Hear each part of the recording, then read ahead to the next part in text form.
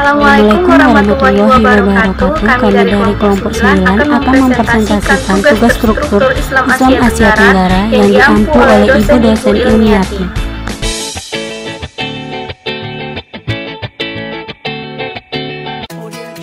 Perkenalkan, nama saya Nadira Rafianti. Saya mahasiswi pendidikan Islam anak usia dini. Saya semester 6. Saya dari kampus Universitas Islam Negeri Sultan Syarif Kasim Riau. Hobi saya memasak. Status saya belum menikah. Pesan saya buat teman-teman yang menonton video ini, jadilah wanita yang memiliki prinsip dalam hidup dan jadikan masalah sebagai pengalaman hidup.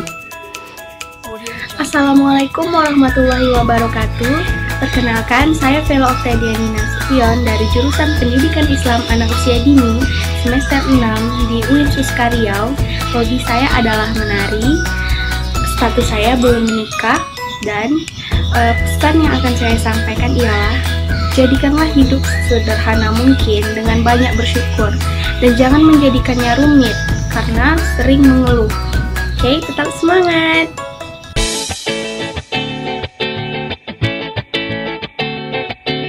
Sekilas tentang negara Thailand.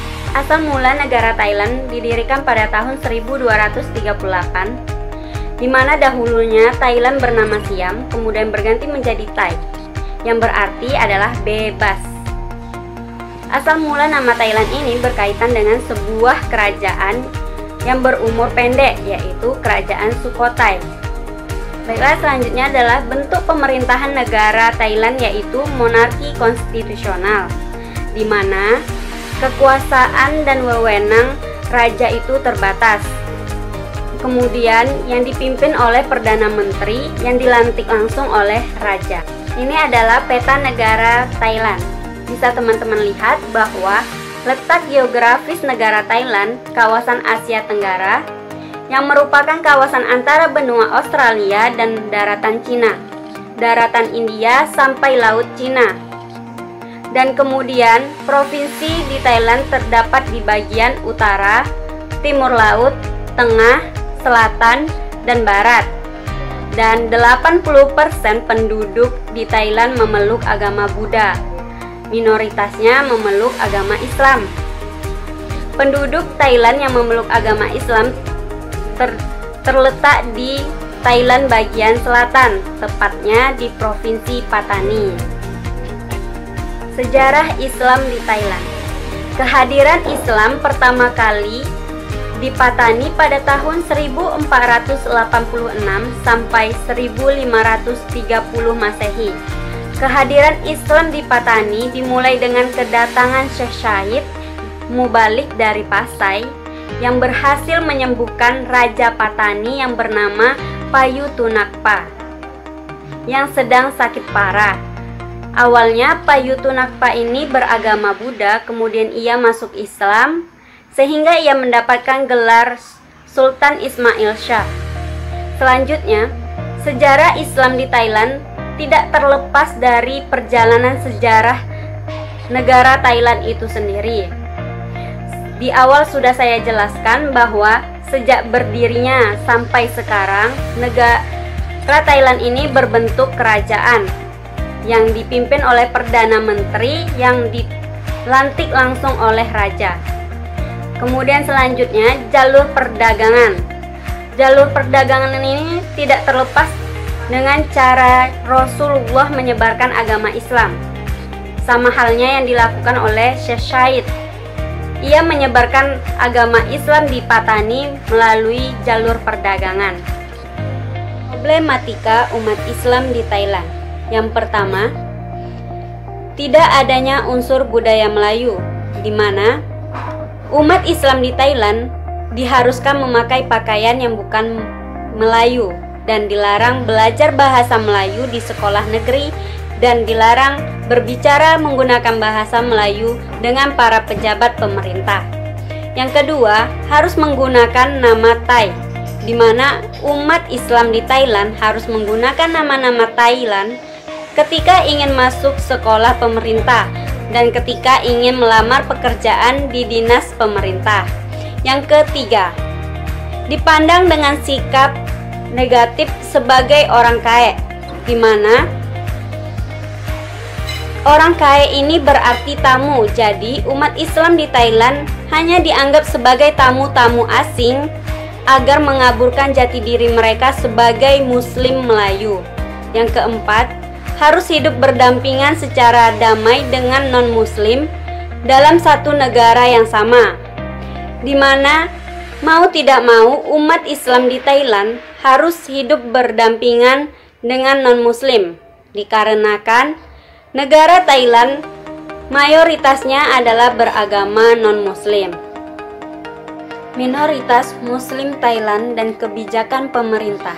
Sebenarnya Muslim Thailand lebih memilih untuk memisahkan diri dari kerajaan Muang Thai atau bergabung dengan Malaysia. Kenapa? Karena dengan begitu mereka dapat hidup bersama dengan masyarakat yang seagama, sebahasa, sebudaya, dan sebangsa. Kaum Muslim Thailand cenderung mengisolasi diri karena mengalami kesulitan beradaptasi, di antaranya 1. Kebanyakan dari mereka hanya dapat berbicara bahasa Thailand sedikit atau tidak bisa sama sekali, sehingga membuat mereka sulit berkomunikasi dengan kaum Cina dan Thailand Buddha. Kedua, berdasarkan keyakinan agama, mereka menolak perilaku sosial yang berkaitan dengan kedua kelompok. Misalnya, mereka tidak boleh menghadiri perayaan agama lain dan tidak boleh menikah dengan penganut agama lain. Yang ketiga, ketakutan kaum Muslim Thailand dalam berinteraksi dengan Thailand Buddha, karena akan mengakibatkan anak-anak mereka menerima budaya Thailand sehingga mengikis budaya Melayu dan agama Islam mereka.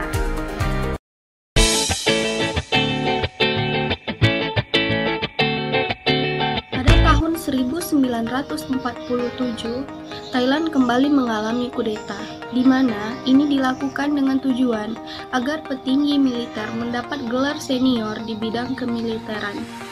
Ini berlangsung hingga 1977 dan terjadi isu pemecahan konstitusi demokratisasi dikarenakan diberlakukannya ya sistem konstitusi demokrasi.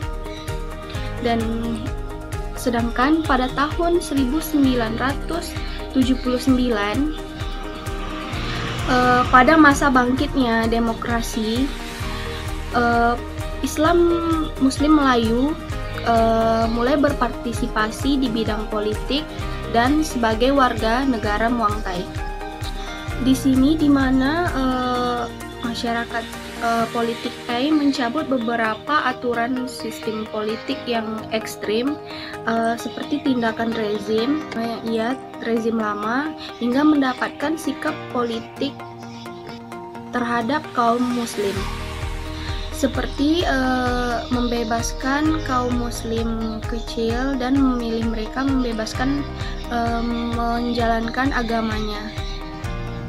Cara yang dilakukan pemerintahan Thai tadi di bagian politik ini berhasil membuat Muslim Melayu menggandeng sesama Muslim lainnya untuk mendukung pembangunan nasional di Muang Thai. Nah, pada tahun 1990-an mereka mulai mendapatkan kebebasan dalam menjalankan syariat Islam.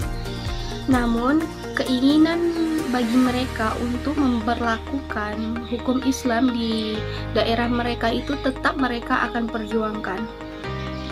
Nah, hubungan pemerintah dengan Melayu Muslim ini tidak bisa dipisahkan karena mereka mulai bekerja sama bersatu, dan semakin segarnya angin demokrasi yang terjadi di antara mereka, termasuk di negara Thailand, ya negara-negara berkembang seperti negara Thailand.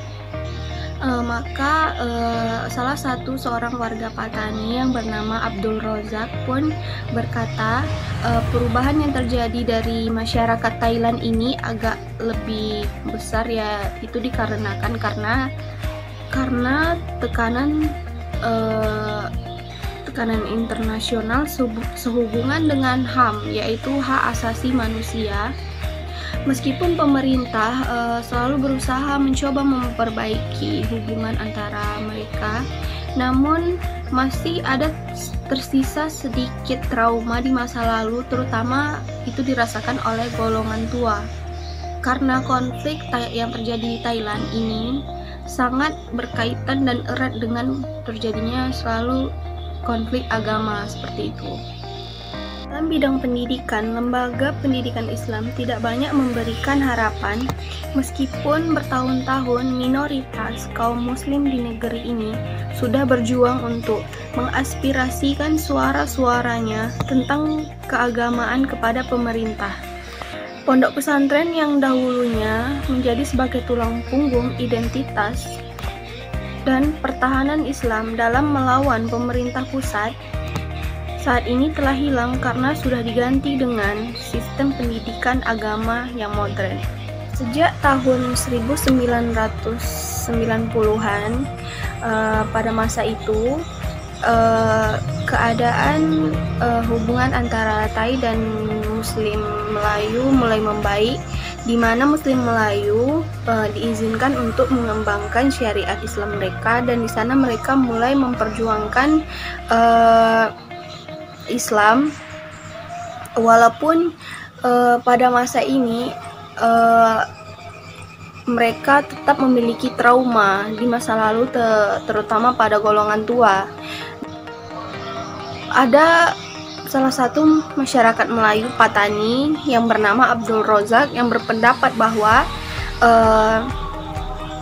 masuk akal jika perubahan pikiran Thai untuk menerima Muslim itu, yaitu mungkin disangkut pautkan dengan isu tentang hangat-hangatnya isu tentang hak asasi manusia. Tampaknya pada pembaikan antara masyarakat Thai kepada masyarakat Melayu Muslim, di sini seperti ada bau-bau curiga dari salah satu tokoh masyarakat Patani, yaitu yang bernama Abdul Rozak.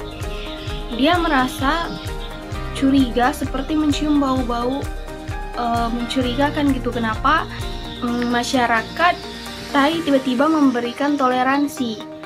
Dan dia merasa ini pasti ada hubungannya dengan isu-isu tentang perbaikan HAM, hak asasi manusia, yaitu di bidang politik. Makanya salah satu masyarakat Patani ini memang betul-betul mencurigai, mungkin dibalik persatuan atau toleransi ini pasti ada sesuatu yang diinginkan oleh masyarakat Thai seperti itu. Thailand Selatan sangat kental dengan konflik antar agama, di mana di sini memang Islam itu sebagai minoritas dan mayoritas itu Buddhis. Di sini mereka menganggap konflik itu adalah konflik antar agama Buddhis dan Muslim Melayu. Di sini tragedi yang terjadi konflik yaitu pada tahun 2004, di mana masyarakat Thailand berjumlah 100 oposisi menyerang 10 pos polisi di masyarakat Patani. Di sini mungkin ada korban, yaitu salah satu masyarakat Patani ditembak oleh masyarakat. Ya, salah satu masyarakat Patani tertembak oleh masyarakat Thai. Nah, disitulah terjadi konflik di mana Muslim Melayu juga melakukan penyerangan kepada masyarakat Thai. Kesimpulannya ialah masyarakat Muslim Melayu merupakan masyarakat yang minoritas pada masa itu, dan masyarakat Buddhis termasuk masyarakat yang mayoritas. Nah, di sini mereka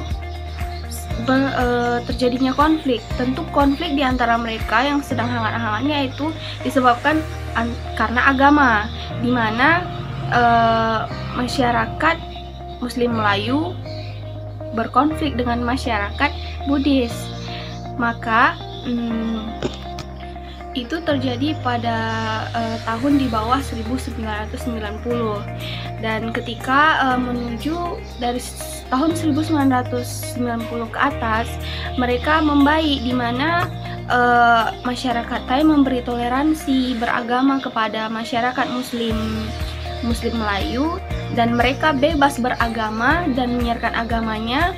Hanya saja pada jiwa masyarakat Melayu Patani tadi, mereka masih mengalami trauma, karena terutama golongan tua, karena mereka juga masih mengingat kejadian di mana mungkin mereka tertindas, dan seperti konflik-konflik yang pernah terjadi antar agama Buddhis dan Melayu.